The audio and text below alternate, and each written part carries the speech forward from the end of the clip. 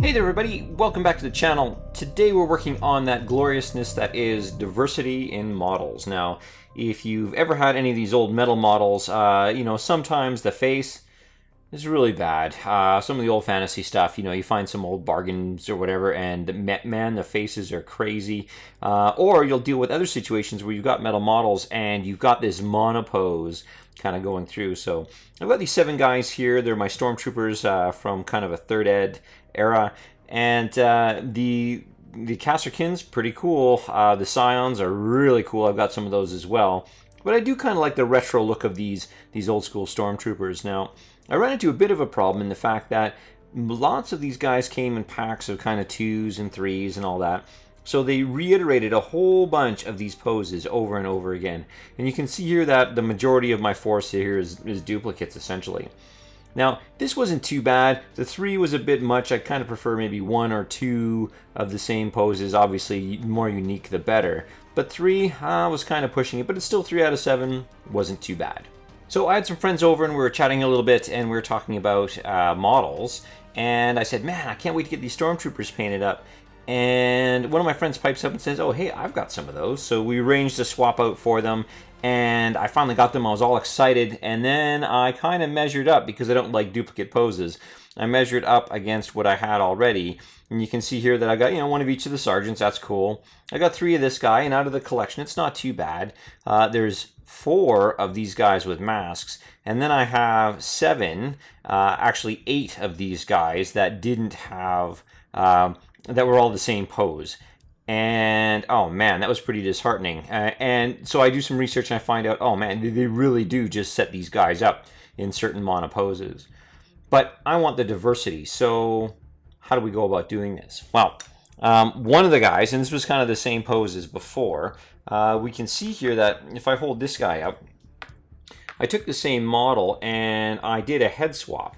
And you can see here, all it takes is a different head and a different angle, and it totally gives a different feel altogether to the model, almost like he's marching forward or something. So the plan here is to go through and do head swaps for all of these extra models to just swap out the poses a little bit. All right, next up, obviously, if we've got to be drilling out the other heads, we need some replacement ones. And I've got a bit of a collection here. Some of them are really cool. You got these kind of masked heads here. You've got, you know, kind of this baseball cap, SWAT teamy type look and feel. And they come in these larger sprues. You can get them from, these ones in particular are from pig iron. And I really like the look and feel of them. I like that kind of baseball cap kind of look to it. And then over here, we've got some of the kind of masked faces. So good for the kind of SWAT teamy, kind of insurgenty type look to them. And out of Max Mini, we've got one of the heads that I used for the other one there. They're these kind of bald heads, which of course can double in as shaved heads if you're doing a little bit of shading with a wash or something like that.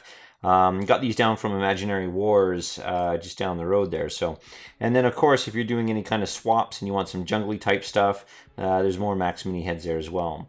Now, if you take a look around, you look up 28mm sci-fi conversion heads, it gets pretty nuts. So tons and tons of available stuff out there. So I'm going to take 2 of my samey guys here, and I'm going to start off the process. Now, for this, I'm going to be using a pin vise. Pin vices just with a really small bit, and the point here is to take this really small bit and just start drilling. And of course, this is great to do while you're watching a show or something like that, and just kind of work your way through a whole bunch of different guys. So we'll start with one of our smaller bits, and I'll just keep drilling in. Okay, so we've got our guy here. We've got the hole drilled in the top of his head, and we're going to drill another hole, and we want to kind of drill down right about to the bottom of his throat here, because that's where we're going to use as a guide hole for our larger drill bit here. So again, using that small thing as a guide hole, I'm just going to drill into the top of his head, moving towards his throat, and I'm just going to keep going until I get to the bottom of that guidepost.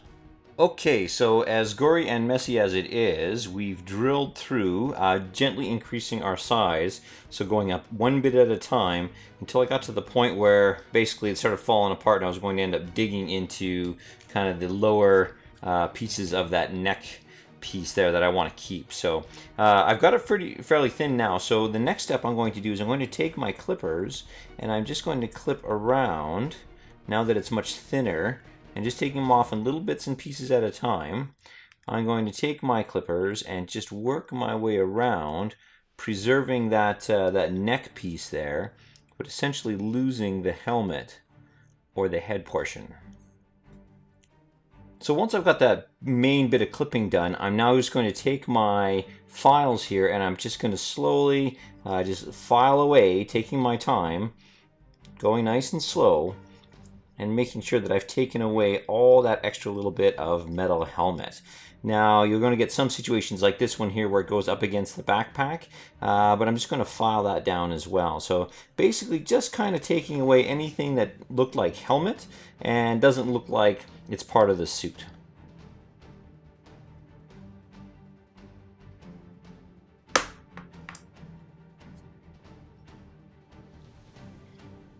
Alright, so after a whole bunch of mess now, we've got, we're going to super glue in our head. So we've got this big gaping hole up at the top. And I did a little bit of pre-fitting before just to kind of make sure this worked. A little bit more drilling, a little bit more filing, but I think this is the look that we're going to finally go for on this guy. So just going to throw some glue in here. I'm not going to fill up, well I might fill it up with glue. Let's see how this works. So I'll take this and I'll make sure that he's all glued up. I'll place the head now. He's not actually glued to the base right now, but then I've got a few seconds because I go with the thick glue. I can actually position out the head the way that I want it. Not like that. Alright, that looks good to me. So I'll just let this dry and then we'll come back and we'll do a little bit of filling. Yeah, like in that.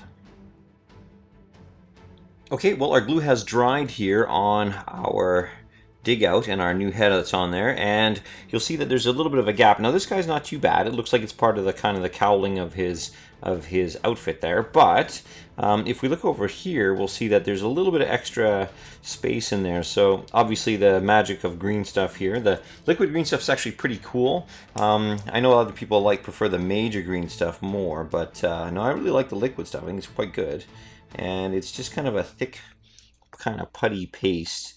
And all I'm going to do now is take a little bit of this and just kind of put it on, stuff it into the cracks here, and I'm going to use my little texture tool and I'm just going to sneak it in just into the cracks here and then level it off. Now if it's a little bit excessive, you can just kind of scrape it off, get that off of there, buddy. And you can also use water to smooth it out a little bit, but all we're doing is we're just filling it in so it's a little more natural, so it's not these deep cracks.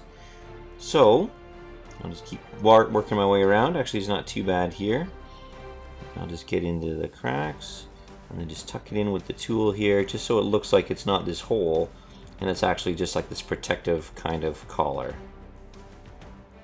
Alright, I'll continue on and then I'll let this dry and that'll be it. Alright, and that's it. So you can see now that we've got these guys up to completion, and I'm really liking the way they turned out.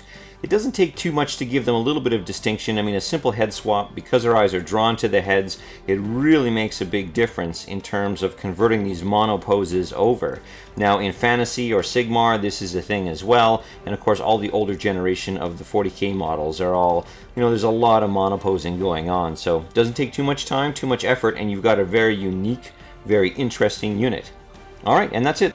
So I hope this video was of value to you guys. Feel free to hit that like button if you liked the video. It really helps get the channel and the video out there. And of course, if you haven't already, feel free to subscribe to get notification of all of our future videos. And I just want to say thanks a lot for watching, and we'll catch you in the next one.